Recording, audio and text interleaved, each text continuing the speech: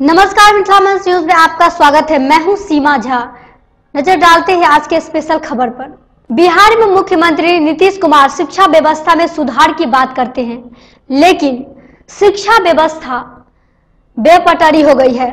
जी हां, हम बात कर रहे हैं मधुबनी जिले के लखनौर प्रखंड के राजकीय उत्क्रमित मध्य विद्यालय बेलौचा की। देखिए ये रिपोर्ट। पेश है मधुबनी से आलोक कुमार की खास रिपोर्ट। इस विद्यालय की बात करें तो यहाँ कुल 11 शिक्षक हैं और 424 बच्चे नामांकित हैं, जिसमें 353 बच्चे ही उपस्थिति दर्शे गए। लेकिन इस विद्यालय में केवल 40 बच्चे ही उपस्थित हैं। इस विद्यालय में 5 कमरा, 1 चापाकल और 2 शौचालय है। इतनी व्यवस्था होने के बावजूद भी बच्चे को पानी पीने में काफी कठिनाइयों का सामना करना पड़ता। यहाँ तक कि कतार में लगकर इस विद्यालय के बच्चों को पानी पीने को मजबूर रहते हैं। वही शौचालय की बात करें तो शौचालय की भी वही स्थिति है, जिसमें गंदगी और अंबार लगी हुई है। वहीं दूसरी तरफ इस संदर्भ में ग्रामीण ने बताया कि मिड डे मील की तो काफी अनियमितता है और हेडमास्टर की मनमर्जी चलती है। सभी संसाधन रहने के बावजूद मिड डे मील बंद है।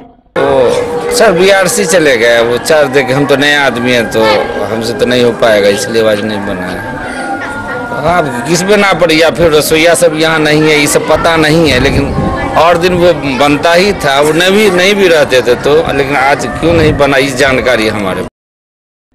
बच्चे विद्यालय के मैदान में जमीन पर बैठकर पढ़ाई कर रहे हैं और शिक्षकों की बात करें तो बात में मशगूल है। जब मन होता तब चले आते। ऐसे में कैसे पढ़ेगा बिहार, कैसे बढ़ेगा बिहार? टाइमिंग तो बहुत गड़बड़ है। कभी कोई शिक्षक रहता है, कोई नहीं रहता है, कोई अपना मर्जी से आता है, कोई जाता है, कोई उसका कोई ठीक नहीं रहता है। क्या पहल करेंगे? सबको ऐसे ही सिस्टम चल रहा है। जब मास्टरी सब ऐसे है तो मिल के अपना काम कर लेता है, तो हम लोग क्या बताएंगे? बताते चले कि जब इस बाबत में प्रखंड शिक्षा पदाधिकारी शंभू शरण सिंह से बात की गई तो उन्होंने जांच करने की बात कही। भगवान ही जाने क्या जांच होगी। एमडीएम प्रभारी से अभी हमारी बातचीत हुई है, वहाँ का कल जांच प्रतिवेदन उनसे मांगे हैं। उसके बाद अग्रेतर कार्रवाई की जाएगी, पाई जाएगी उसके अनुरूप कार्रवाई की जाएगी। सभी बिंदुओं पर जांच। समस्तीपुर जिले के कल्याणपुर थाना के गढ़ा गांव में एक खेत से 7 वर्षीय बच्ची के शव मिलने से पूरे इलाके में सनसनी फैल गई।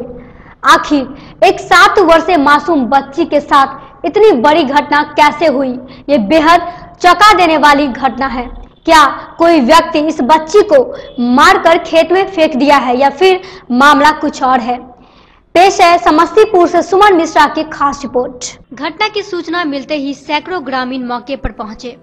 घटना के संबंध में बच्ची के परिजनों का बताना है कि 5 फरवरी को रोज की तरह बच्ची घर से खेलने निकली थी, लेकिन वापस घर नहीं लौटी। काफी देर के बाद परिजनों ने बच्ची की तलाश शुरू की, लेकिन उसका कोई सुराग नहीं मिला। कल शाम 5:30 बजे मेरी भतीजी मेरे गांव से लापता हो गई। गांव के बीच से हम लोगों ने काफ़ी खोजबीन किया, लेकिन कहीं उसका पता नहीं चला।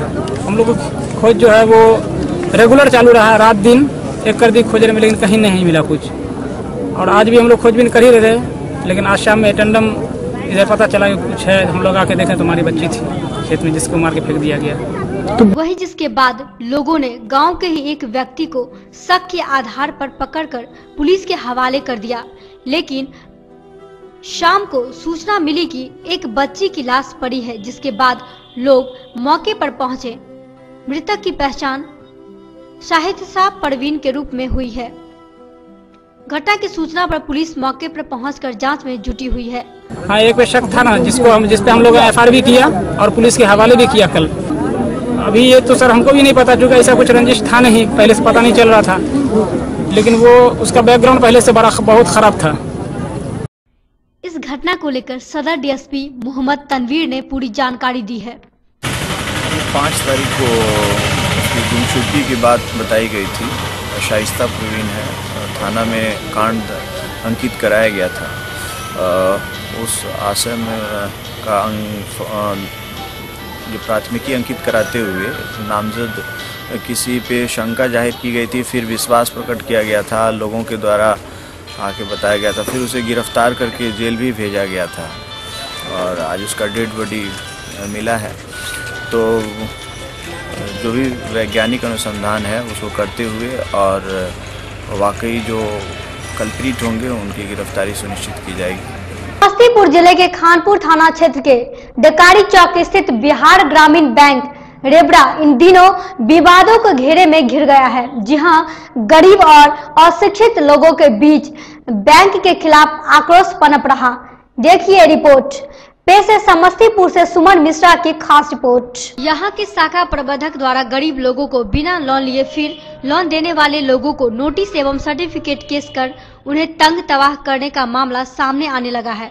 इस क्षेत्र के जिला परिषद सदस्य स्वर्णिमा सिंह के पास क्षेत्र के लोगों ने जब प्रमाण के साथ इंसाफ की गुहार लगाने पहुंचे, तब जिला परिषद सदस्य जब अपने क्षेत्रों में इसकी तहकीकात करना शुरू की तो उनके पास बेहद चौंकाने वाले मामले सामने आने लगे।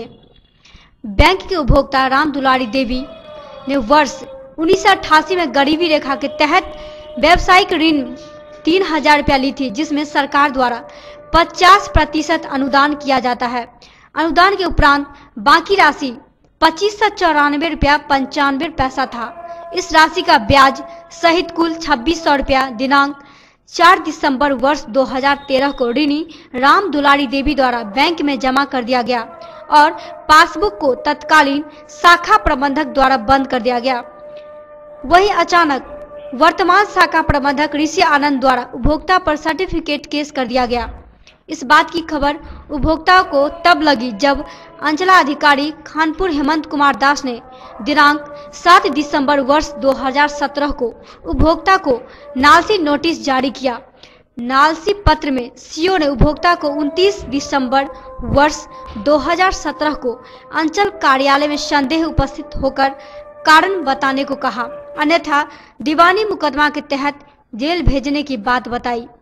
इस बात से परेशान गरीब बेसहारा महिला घबराई हुई स्थानीय जिला पार्षद स्वर्णिमा सिंह के पास आई और अपनी दुखड़ा सुनाई, जिस पर जिला पार्षद ने उन्हें उचित न्याय दिलाने की भरोसा दिलाया। इधर जिला पार्षद ने संवाददाता को बताया कि इसी प्रकार के और भी मामला श्रीपुर गाहर पंचायत के इंद्रकांत महतो, बथनाहा के रेखा देवी, रेबड़ा के पप्पू कुमार, रामनगर के शंकर पासवान आदि के द्वारा शाखा प्रबंधक के खिलाफ लिखित शिकायत आई है।